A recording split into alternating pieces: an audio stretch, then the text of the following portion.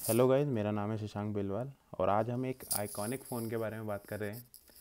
तो मेरे ख्याल से ये मैं इसको आइकॉनिक इसलिए कह रहा हूँ क्योंकि लिटरली इसने लोगों को फिंगरप्रिंट, अपने स्पीड के बारे में, अपना अपना एक क्रेज़ पब्लिक में लेके आया था इंडियन मार्केट में। तो हम जिसकी बात कर रहे हैं वो है रेडमी नोट 3। रेडमी नोट 3 2016 में आया था। दो वेरिएंट आए थे, 2 GB और 3 GB, जिसमें 16 GB और 32 GB थी। 10,000 से स्टार्ट हुआ था फ़ोन और 12,000 पे ख़त्म हो गया था। लेकिन आज मैं इसका रिव्यू इसलिए कर रहा हूँ क्योंकि इतना ज़बरदस्त फ़ोन उस टाइम का, तो आज इसके हाल क्या हैं, मैं इसी बारे में आज एक वीडियो बना रहा हूँ। तो आप जैसे फ़ोन देख सकते हैं, इसका ओवरव्यू जैसा है अपने हिसाब से ठीक है। इसका मतलब अगर हम बात करें आज के हिसाब से, तो आज जो है वो कर्व्ड एजेस आ गई हैं, ऊपर से भी कर्व्ड होते हैं, नीचे से भी। तो वो सब कुछ नहीं है इसके अंदर, लेकिन हाँ अपना एक काम जो था उस टाइम पे वो सही करता है। तो अब जैसे कि आप देख सकते हैं, इसकी जो बिल्ड क्वालिटी है वो भी ठीक है। 4000 mAh की बैटरी है।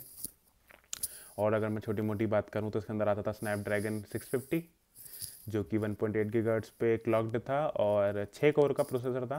तो उस टाइम पे ठीक थे ये ऑन पेपर प्रोसेस, जो भी जितने भी इसकी टेक्निकल स्टफ्स थे वो सारे ठीक थे। लेकिन अगर मैं बात करूँ आज के ज़माने में, मतलब आज जो 2021 है, और ये मेरा फ़ोन लिटरली 4 साल से ज़्यादा ही हो गया है इसको। 2016 मई अप्रैल मई में ही लिया था ये मैंने। तो क्लोज टू 6 साल 5 साल होने ही वाले हैं इसको। लेकिन आज भी इस फ़ोन में मुझे कोई दिक्कत नहीं है, टू बी ऑनेस्ट, क्योंकि फ़ोन अच्छा काम कर रहा है। छोटी मोटी एक दिक्कत आई थी जिसको मैंने इसको खुलवा लिया था, जो इसमें आईसी उड़ गई थी, वो भी ओवर चार्जिंग की वजह से। तो वो कोई बड़ा इशू नहीं था, बस इसके नेटवर्क चले गए थे तो नेटवर्क वापस आ गए। तब से कोई इशू नहीं किया और वो मुझे ज़्यादा कॉस्ट भी नहीं कर रहा था इसका खर्चा जो भी था।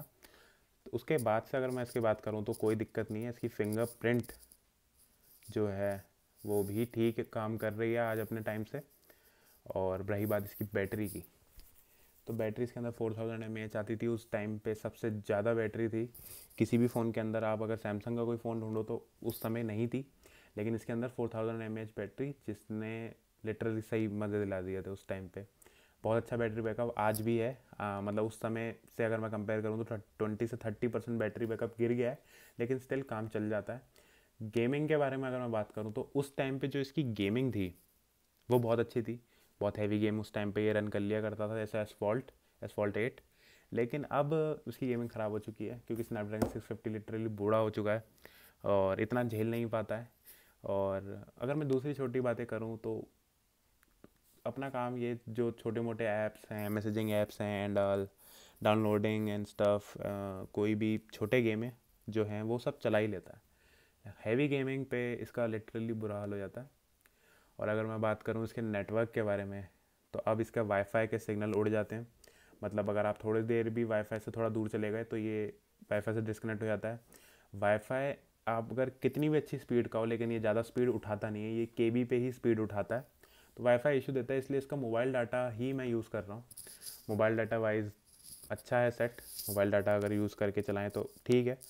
बाकी अगर आप थोड़ी सी ब्राइटनेस बढ़ाऊँ तो हाँ, ब्राइटनेस वाइज भी फ़ोन अच्छा है। डिस्प्ले में कोई इशू नहीं है आज तक, मतलब कहीं से भी बंद हो गई हो, डिम हो गई हो, ऐसा कुछ भी इशू नहीं है। जैसा आप देख सकते हैं, अभी थोड़ा वाइट लाइट आई तो थोड़ा सा ज़्यादा ही ब्राइट हो गई। एंड अगर मैं इसके बात करूँ इसके सारे सॉफ्टवेयर्स के बारे में, तो इसके अंदर MIUI 10 है, जो कि एंड्रॉयड 6 पे था। और उसके बाद 2 साल के बाद, 2 साल पहले से इसमें अपडेट आना बंद हो गए। तो मुझे लगा एक अपडेट और आएगा, लेकिन कोई अपडेट नहीं आया। और ये खैर इसका जो एंड्रॉयड वर्जन था वो 5.1 था, लेकिन जब वो बदला तो वो 6.0 पे ये रुक चुका है।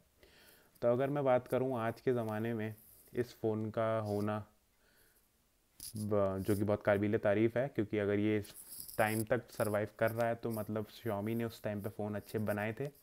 लेकिन अब मुझे समझ में नहीं आ रहा है कि अब Xiaomi ऐसा क्या कर रही है, क्योंकि Redmi Note 4 जो कि सेम मतलब यूसेज है, मतलब जितना ये काम कर रहा है उतना ही वो कोई बंदा जो है मेरी पहचान में इतना ही चलाते हैं, लेकिन उनका फ़ोन वो ख़राब हो चुका है। गिरा भी कहीं नहीं, कहीं कोई इशू भी नहीं आया, लेकिन बस चलते चलते बंद। लेकिन जो Redmi Note 3 है वो सरवाइव कर रहा है अभी तक, तो जो कि अच्छी बात है।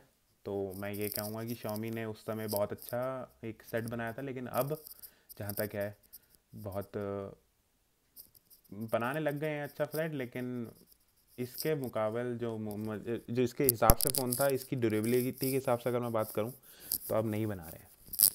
बाकी अगर मैं बात करूँ उसके कैमरे की, तो 16 मेगापिक्सल का कैमरा उस टाइम पे आता था और अब 13 मेगापिक्सल का कैमरा आता है। उस समय का भी कैमरा Xiaomi का जो था इतना अच्छा नहीं था, लेकिन आज भी इसकी इतनी क्वालिटी कोई भी बढ़िया नहीं है। इससे ज़्यादा बढ़िया इसका फ्रंट कैमरा जो कि है 5 मेगापिक्सल का। बाकी अगर रही बात MIUI में ऐड, तो आज तक मैंने एक भी ऐड MIUI के इस फ़ोन में नहीं देखी, जो कि अच्छी बात है। वरना आप कोई नया सेट लें MI का तो सबसे पहले ऐड ही आती है, तो ऐड इसमें कोई भी नहीं आई है।